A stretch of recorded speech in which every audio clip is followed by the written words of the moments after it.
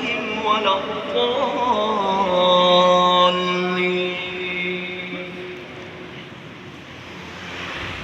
ألف لام ميم.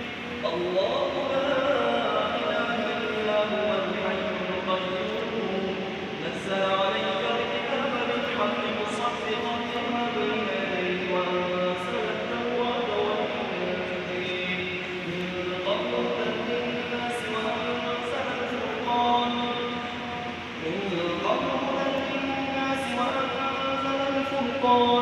إن الذين كفروا بآيات الله لهم عذاب شديد والله عزيز ذو انتقام. إن الله لا يخفى عليه شيء في الأرض ولا في السماء هو الذي يصوركم في الأرحام كيف يشاء لا إله إلا هو العزيز الحكيم.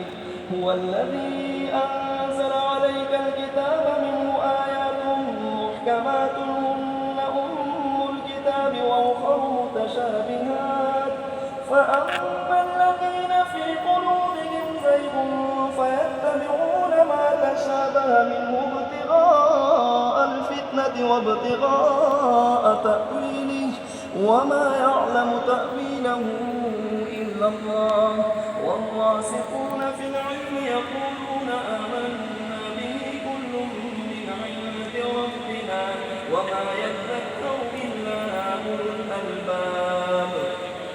ربنا لا تزغ قلوبنا بعد إذ هديتنا وهب لنا من لدنك رحمة إنك أنت الوهاب. ربنا إنك جامع الناس ليوم لا ريب فيه إن الله لا يخلف الميعاد. إن الذين كفروا لن تغني عنهم أموالهم ولا أولادهم من الله شيئا أولئك هم وقود النار.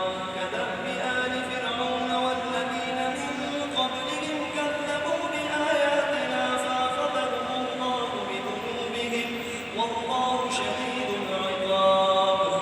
قل للذين كفروا ستغلبون وتحشرون إلى جهنم وبئس المهاد.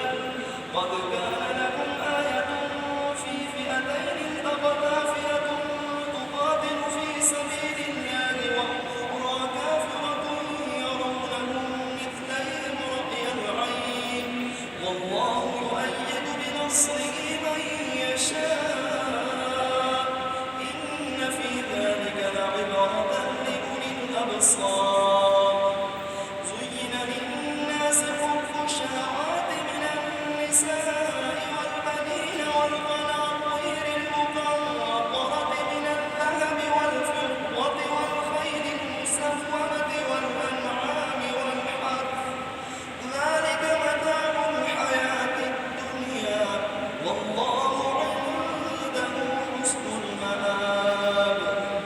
قل أنبئكم بخير من ذلكم للذين اتقوا عند ربهم جنات تجري من تحتها